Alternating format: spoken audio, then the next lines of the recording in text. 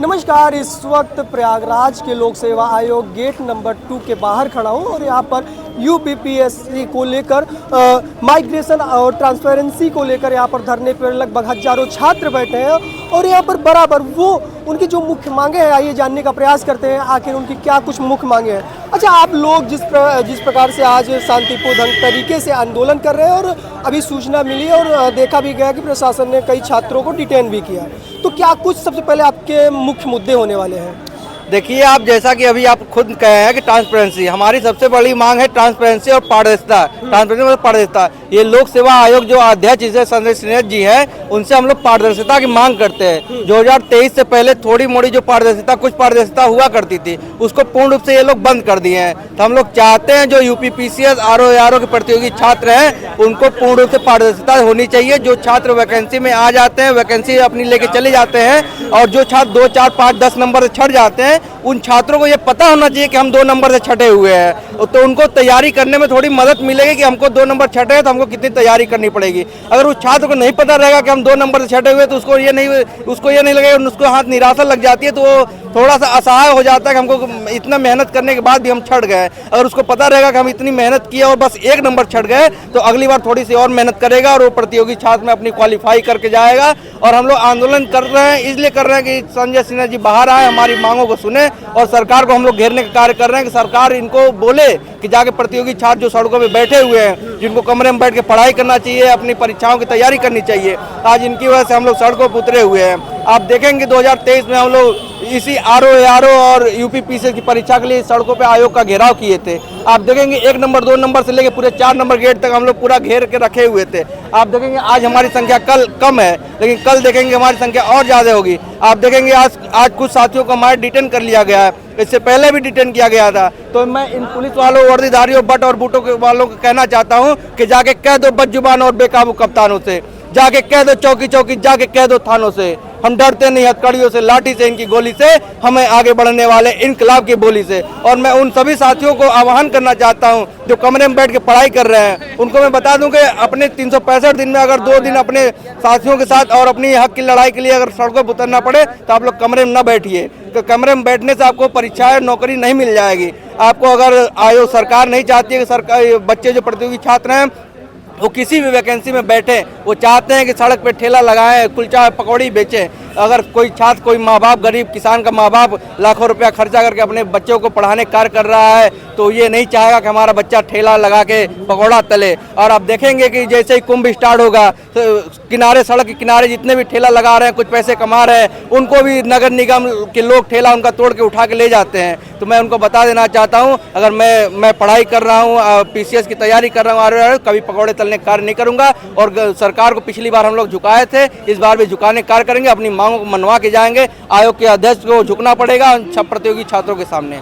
अच्छा, क्या लगता है जिस प्रकार से जो जनसंख्या दिख रही है, आरओ का कुछ साल पहले यहाँ पर बराबर जबरदस्त आंदोलन रहा है, और अब की बार में क्या कुछ लग रहा है आयोग झुक पाएगा आप लोगों के आगे? देखिए, सबसे पहली बात मैं संजय सिन्हा को बता देना चाहता हूँ, जिस व्यक्ति की योग्यता से अधिक उसका बड़ा पद मिल जाता है, तो उसकी बुद्धि भ्रष्ट हो जाती है। सबसे पहली बात ये है, संजय सिन्हा जो हैं, इनको इतना समझ नहीं है कि छात्रों से कैसे, छात्रों का सम्मान करना चाहिए, छात्रों को क्या करना चाहिए।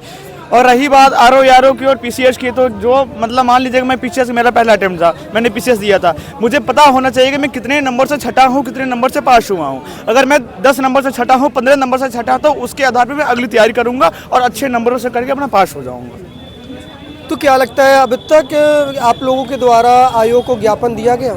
जी, बात वार्ता हो रही है, आयोग इस पर मानने को तैयार नहीं है। आयोग जब तक नहीं मानेगा तब तक हम यहीं बैठेंगे, हम यहाँ से जाने को तैयार नहीं है। क्या लग रहा है, क्या कुछ आप लोगों की मुख्य मांग होने वाली है इस मुद्दे को लेकर, और साथ ही साथ जिस प्रकार आप लोग यहाँ पर सुबह से बैठे हैं और साथ ही साथ प्रशासन की कार्रवाई भी हो चुकी है आप लोगों के ऊपर? हमारी मांग यही है शासन प्रशासन से कि जो उत्तर प्रदेश लोक सेवा आयोग में दिन प्रतिदिन मतलब एक नॉर्मलाइजेशन स्कोर जो कैप का मामला है, माइग्रेशन कैप का, इसके में मतलब पेट अपनी प्रतियोगिता, कितने भी प्रतियोगिता जो एग्ज़ाम करा रही है, उसमें अपना स्कोर कार्ड जारी करती है, उसमें परसेंटाइल बताती है, उसमें बताती है कि आप इतने अंक पाएँ, इतने पे आपका स्कोर रहा। इसी प्रकार से लोक सेवा आयोग को भी चाहिए कि ये प्री के पेपर का, मेंस के पेपर का एक स्कोर कार्ड जारी करे, जिससे कि जो प्रतियोगी छात्र होता है वो बहुत उम्मीद और आशा लगाकर अपने पूरी ताकत से जो 10 बाई 12 कमरे में लगे इलाहाबाद प्रयागराज जैसे शहरों में तैयारी कर रहा है, कोई लखनऊ में कर रहा है, तो कोई कानपुर में कर रहा है, ये तैयारी कर रहे हैं, अपने आप को तैयारी में तपा रहे हैं। तो उनके माता पिता बहुत उम्मीद आशा लगाए रहते हैं। और घर परिवार से हम किसान आम घर परिवार से लड़के हैं, कोई बहुत बड़े अंबानी अडानी घर के लड़के नहीं आते तैयारी करने के लिए। तो इस प्रकार के वो अपने चीज़ों को जानना चाहते हैं, अपनी कमियों को जानना चाहते हैं कि हमारी क्या कमी रह गई। आज मैंने इस अटेम्प्ट दिया क्योंकि साल में एक बार पेपर देना होता है, पीसीएस का, यूपी पीसीएस का, सिविल एग्ज़ाम का एक साल में एक बार पेपर होता है। तो इसमें अगले साल उसको जो है कि अटेम्प्ट मिलता है, तो उसमें क्या कमी रह गई उसको छात्रों के बीच में रखे। हमारा यही मुद्दा है लोक सेवा आयोग से, और मुद्दा कोई नहीं है। अगली बार जो आंदोलन, इससे पहले पूर्व में कई आंदोलन हो चुके हैं जिसमें हमने अपने मांगों को मनवाया भी है। हमने सरकार से सवाल किया, सरकार के सामने अपने मांगों को रखा है, सरकार से अपने बात को रखते हैं। सरकार, हम संवैधानिक तरीके से इस बात को रखते हैं। हम कोई यहाँ पे आंदोलन नहीं कर रहे हैं, किसी प्रकार का किसी को कोई हानि हो रही है। किस प्रतियोगिक परीक्षा की तैयारी कर रहे हैं आप? जी मैं यूपी पीसीएस की तैयारी कर रहा हूँ। पीपीएस आज यहाँ पर धरने पर आए, क्या कुछ मांग होने वाली है? देखिए, जिन आयोगों की स्थापना इस उद्देश्य से हुई थी कि छात्रों और नौजवानों को नौकरी देंगे और उनके सपनों की उड़ान में सहायक बनेंगे, आज वही आयोग छात्रों की आत्महत्या का कारण बन रहे हैं, छात्रों की दुख और पीड़ा का कारण बन रहे हैं। जिस आयोग के अध्यक्ष की ये जिम्मेदारी थी कि उसकी तरफ से छात्रों के हित के लिए पहल की जानी चाहिए थी, आज वो लगातार इस तरह से पिछले कई वर्षों से तुगल की फरमान जारी करते हुए छात्रों को सड़कों पर आने के लिए मजबूर कर रहे हैं। ये परीक्षा कराते हैं, परीक्षा की डेट बदलेंगे, उसमें सेंटर 300 किलोमीटर 500 किलोमीटर दूर भेज देंगे, किसी तरह से प्रतियोगी परीक्षार्थी परीक्षा देंगे और जब परीक्षा हो जाएगी तो इस प्रकार की धांधली करेंगे।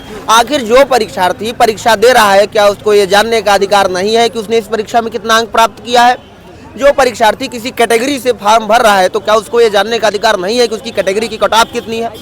यदि आप परीक्षा ले रहे हैं और उसमें कार्बन कॉपी आप लगवा रहे हैं तो कार्बन कॉपी आयोग की वेबसाइट पर क्यों नहीं है? और अकेला उत्तर प्रदेश लोक सेवा आयोग तो देश में है नहीं, स्टेट आयोग, बिहार लोक सेवा आयोग है, मध्य प्रदेश लोक सेवा आयोग है, हर जगह तो इस तरह की गड़बड़ियां नहीं है। तो आपके यहाँ ये सारी गड़बड़ियां क्यों हैं? और उसका कारण हमको यही लगता है कि इनके जो लोग हैं, जो ऊंचे पदों पर बैठे हुए हैं, उनको तो किसी प्रकार की समस्या है नहीं। इसी प्रकार धांधली और भ्रष्टाचार से उनके घर की कोठियां तो भरी हुई हैं, लेकिन ये शायद इस बात को भूल गए हैं कि इनके घर की रोटी से लेकर इनकी बेटी की डोली तक हमारे टैक्स के पैसे से दिए हुए इनकी तनख्वाह से चलती है। इन्होंने अभी गरीबी का तेवर नहीं देखा है। जिस दिन गरीब छात्र उनके माँ बाप की जेब की गहराई को जो नापने का प्रयास कर रहे हैं, अगर अपने तेवर के साथ सड़कों पर आ गया तो नए आयोग के लोग क्या कहते हैं, सुरक्षित रहेंगे, ना कुर्सी पर रह पाएंगे।